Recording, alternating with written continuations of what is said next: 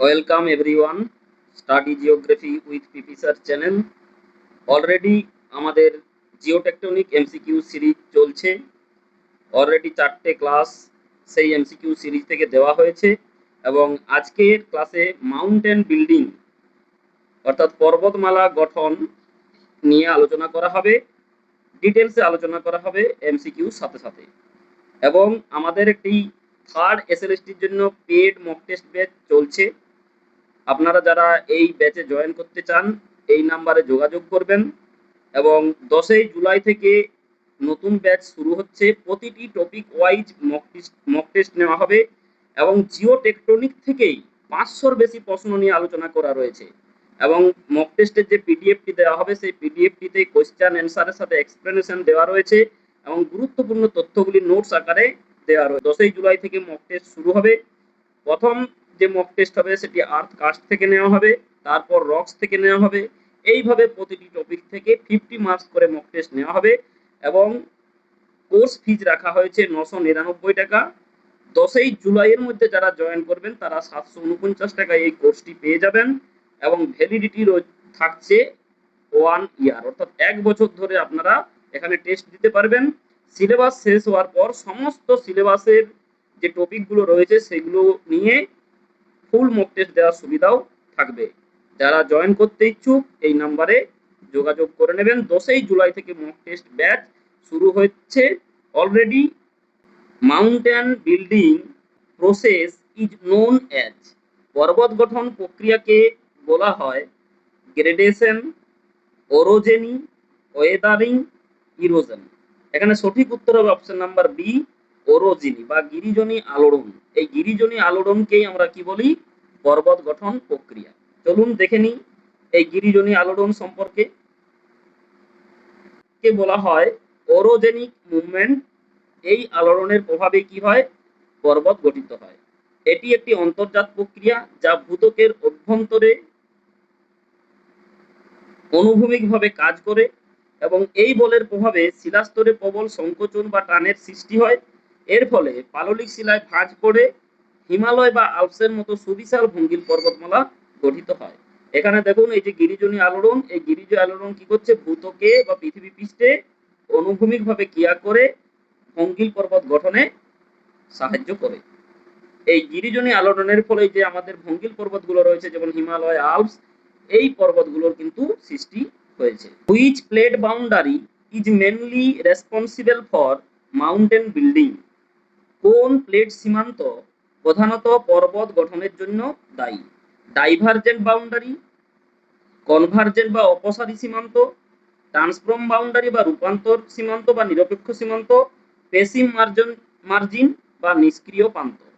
অর্থাৎ এখানে সঠিক উত্তর হবে option number B, convergent boundary. এই কনভার্জেন্ট বা অভিসারী পাত সীমান্তের জন্যই পর্বত গঠন হয়। আমরা এই যে প্লেট বাউন্ডারি রয়েছে, এই প্লেট বাউন্ডারি যে চিত্রটি রয়েছে সেখানে বিভিন্ন ধরনের যে প্লেটগুলো রয়েছে বাউন্ডারিগুলো সে সম্পর্কে জেনে নেব। এখানে দেখুন বলা আছে divergent plate boundary. Divergent plate boundary বলতে কি বুঝি না, দেখুন দুটি পাত, এখানে একটি পাত আর এটা একটা পাত। এই দুটি প্লেট বা পাত যখন পরস্পরের থেকে দূরে সরে যাচ্ছে তখন কি হচ্ছে? তখন গুরুমণ্ডল থেকে ম্যাগমা উত্থিত হচ্ছে এবং উত্থিত হয়ে ওশেনিক রিচ বা মধ্য আটলান্টিক শৈলশিরা জাতীয় ভূমিরূপ সৃষ্টি করছে। এইরূপ পাত সীমানাকে বলা হচ্ছে ডাইভারজেন্ট বা অপসারী পাত সীমান্ত। অর্থাৎ যখন দুটি পাত পরস্পরের থেকে দূরে সরে যায় তখন তাকে আমরা বলি অপসারী পাত সীমান্ত। আর এই পাত বা প্লেট কথাটি প্রথম ব্যবহার করেছিলেন জে.টি. উইলসন 1965 সালে নেচার পত্রিকায়। এটা হলো ডাইভারজেন্ট প্লেট বাউন্ডারি। এরপর আমরা যেটা জানবো সেটা হচ্ছে কনভার্জেন্ট প্লেট বাউন্ডারি। কনভার্জেন্ট বা অভিসারী, অর্থাৎ যখন দুটি প্লেট পরস্পরের দিকে অগ্রসর হয়, এই দেখুন দুটি প্লেট পরস্পরের দিকে অগ্রসর হচ্ছে, তখন অপেক্ষাকৃত ভারী পাতটি হালকা পাতের তলায় প্রবেশ করে। এইরূপ পাত সীমান্তকে কনভার্জেন্ট প্লেট বাউন্ডারি বলা হয়।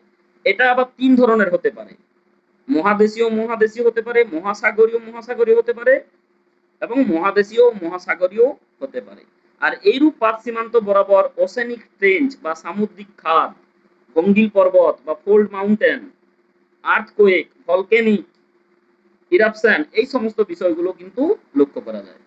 এরপর যেটা রয়েছে সেটা হচ্ছে ট্রান্সফর্ম প্লেট বাউন্ডারি। ট্রান্সফর্ম বা নিরপেক্ষ প্লেট বাউন্ডারি, যখন দুটি প্লেট বা পাত পরস্পরের বিপরীত দিকে অগ্রসর হচ্ছে তখন সেই রূপ পাত সীমান্তকে বলা হচ্ছে ট্রান্সফর্ম প্লেট বাউন্ডারি।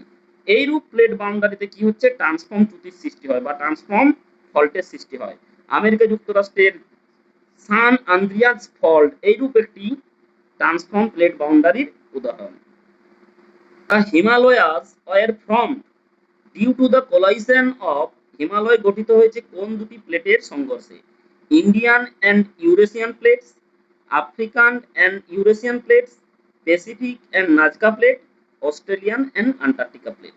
তাহলে এখানে সঠিক উত্তর কি হবে, এখানে সঠিক উত্তর হবে যে হিমালয় পর্বতমালা গঠিত হয়েছে ভারতীয় পাত আর ইউরেশীয় প্লেট পাত বা ইউরেশীয় প্লেট, এই দুটো প্লেটের সংঘর্ষের ফলে। এখানে এই চিত্রে আমরা দেখে নেব, এই যে হচ্ছে এটা হচ্ছে ইউরোশিয়ান প্লেট। ইউরোশিয়ান প্লেট বলতে বোঝায় এখানে ইউরোপ আর এশিয়া মহাদেশ নিয়ে যে প্লেটটা রয়েছে সেটাকে বলা হচ্ছে ইউরোশিয়ান প্লেট। আর এটা রয়েছে ইন্ডিয়ান প্লেট বা ভারতীয় প্লেট। তাহলে এই ভারতীয় প্লেট কি করছে, ইউরোশিয়ান প্লেটের দিকে অগ্রসর হচ্ছে এবং ইউরোশিয়ান প্লেট ভারতীয় প্লেটের দিকে, অর্থাৎ ইউরোশিয়ান প্লেট দক্ষিণ দিকে আর ভারতীয় প্লেট কি হচ্ছে উত্তর দিকে অগ্রসর হচ্ছে, উত্তর বা উত্তর পূর্ব দিকে অগ্রসর হচ্ছে। তার ফলে কি হচ্ছে, মাঝখানে যে টেথিস সাগর ছিল সেই টেথিস সাগরের পলি কুঞ্চিত হয়ে ফ্রান্স খেয়ে এই হিমালয় পর্বতমালার সৃষ্টি হয়েছে। তাহলে আমরা কি জানলাম যে হিমালয় পর্বত সৃষ্টি হয়েছে ইউরেশীয় প্লেট এবং ভারতীয় প্লেটের সংঘর্ষে, এবং ইউরেশীয় প্লেটের তুলনায় ভারতীয় প্লেটের গতিটা বেশি হয়।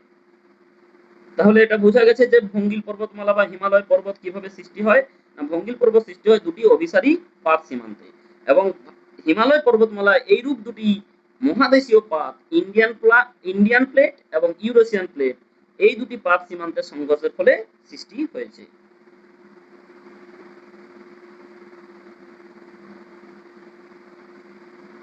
Andes mountains were formed due to, Andes পর্বত গঠিত হয়েছে ওশেনিক কন্টিনেন্টাল প্লেট কনভার্জেন্স, অর্থাৎ মহাসাগরীয় ও ভূখণ্ডীয় প্লেটের অভিসরণে, continental and continental plate convergence, অর্থাৎ মহাদেশীয় সংঘর্ষের কারণে, ট্রান্সফর্ম ফল্টিকের কারণে, ডাইভারজেন্ট প্লেট বাউন্ডারির কারণে। এখানে সঠিক উত্তর হবে option number A, oceanic and continental plate convergence. এই সম্পর্কে আমরা একটা চিত্র দেখে নিই। এই যে আন্দিজ মাউন্টেন, এই আন্দিজ মাউন্টেনটা সৃষ্টি হয়েছে নাজকা প্লেট। এই নাজকা প্লেট হচ্ছে একটা ওশেনিক প্লেট এবং সাউথ আমেরিকান প্লেট এটা হচ্ছে একটা কন্টিনেন্টাল প্লেট। তাহলে এই দুটো প্লেট যখন পরস্পরের দিকে অগ্রসর হচ্ছে, এই নাজকা প্লেট এবং সাউথ আমেরিকান প্লেট যখন পরস্পরের দিকে অগ্রসর হচ্ছে, তখন এই ভারী মহাসাগরীয় পাত বা নাজকা পাত যখন মহাদেশীয় পাতের তলায় ঢুকে যায়, তার ফলে এখানে যে পলি, ভূত্বকের পলি বালি প্রভৃতি সঞ্চিত হয়ে কি হচ্ছে, ভাঁজ গঠিত হচ্ছে এবং ভাঁজ প্রাপ্ত হয়ে এইরূপ ভঙ্গিল পর্বত গঠন করছে, যেটা আন্দিজ মাউন্টেন নামে পরিচিত। এবং আন্দিজ মাউন্টেন হচ্ছে এই আন্দিজ মাউন্টেন হচ্ছে একটা কি, ভঙ্গিল পর্বত বা ফোল্ড মাউন্টেন। তাহলে আন্দিজ যে মাউন্টেন রয়েছে সেটা নাজকা প্লাত এবং সাউথ আমেরিকান পাত, এই দুটি পাতের সংঘর্ষের ফলে সৃষ্টি হয়েছে। এবং নাজকা পাত হচ্ছে ওশেনিক আর সাউথ আমেরিকান প্লাত এটা হচ্ছে কন্টিনেন্টাল প্লেট।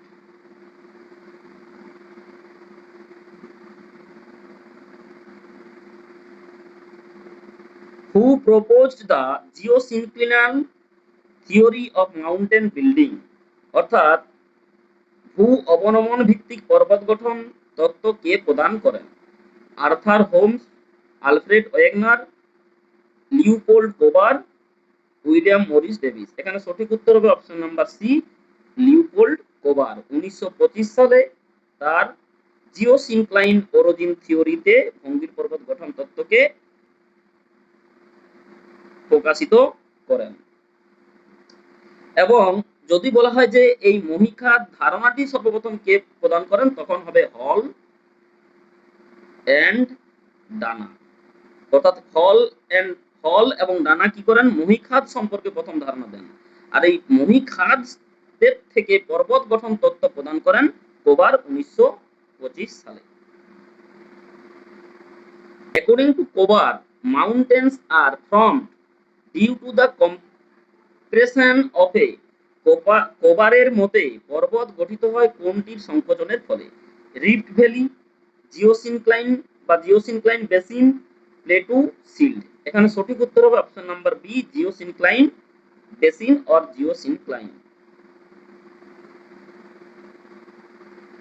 কোবারের মতে স্থিতিশীল মহাদেশীয় অংশকে কি বলা হয়? ফোরল্যান্ড বা কাটোজেন, হোস্ট, গ্রাবেন, পেডিপ্লেন। এখানে সঠিক উত্তর হবে অপশন নাম্বার এ, ফোরল্যান্ড। ফোরল্যান্ড বা কাটোজেন হচ্ছে স্থিতিশীল মহাদেশীয় অংশ।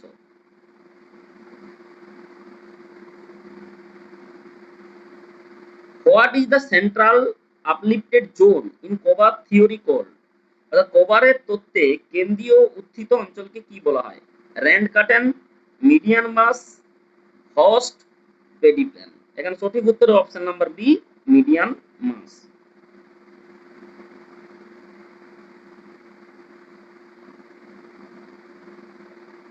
The mountain ranges formed on both sides of the median mass are called, অর্থাৎ মিডিয়ান মাসের উভয় পাশে গঠিত পর্বত শ্রেণীকে কি বলা হয়?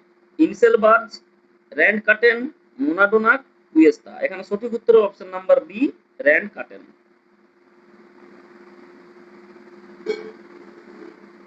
Which sequence is correct according to Kovar? কোবারের মতে সঠিক ক্রম কোনটি? প্রথমে ফোল্ডিং হবে, তারপরে জিওসিনক্লাইন, তারপর সেডিমেন্টেশন। অপশন নাম্বার বি তে রয়েছে প্রথমে জিওসিনক্লাইন, তারপর সেডিমেন্টেশন, তারপর কম্প্রেশন এন্ড ফোল্ডিং, তারপর আপলিফট হবে। অপশন সি তে রয়েছে uplift, sedimentation, folding. Option D তে রয়েছে কম্প্রেশন, জিওসিনক্লাইন, ফোল্ডিং। অর্থাৎ এখানে সঠিক উত্তর হবে অপশন নাম্বার বি। প্রথমে কি হবে, জিওসিনক্লাইনে মহীখাতের যে সমস্ত অঞ্চলে পলিবালি জমা হবে সেখানে সেডিমেন্টেশন হবে, পলিবালি সঞ্চিত হবে, তারপর সেখানে চাপ পড়বে এবং ভাঁজ হবে এবং তারপর উত্থান ঘটবে পর্বতের। এইভাবে কিন্তু কোবারের মধ্যে ভঙ্গিল পর্বত সৃষ্টি হয়েছে এই চারটি পর্যায়ের মধ্য দিয়ে।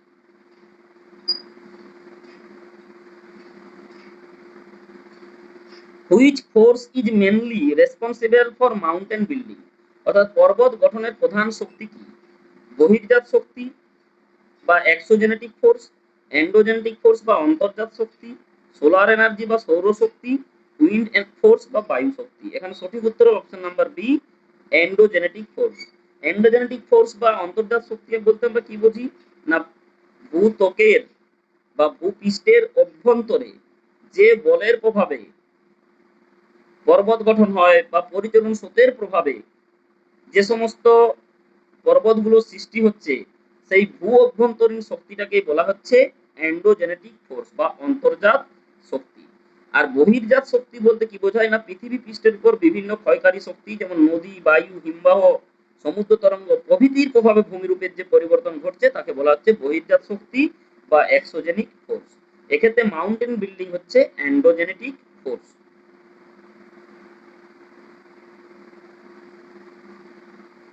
Which of the following is not a mountain building theory? নিম্নের কোনটি পর্বত গঠন তত্ত্ব নয়? কোবার থিওরি, আর্থার হোমসের কনভেকশন কারেন্ট তত্ত্ব, plate tectonic theory, Davis cycle of erosion, ডেভিসের ক্ষয়চক্র তত্ত্ব। এখানে সঠিক উত্তর হবে অপশন নাম্বার ডি, ডেভিসের সাইকেল অফ ইরোশন। এই তত্ত্বটি কিন্তু পর্বত গঠন তত্ত্ব নয়, বাকি তিনটি হচ্ছে পর্বত গঠন তত্ত্ব।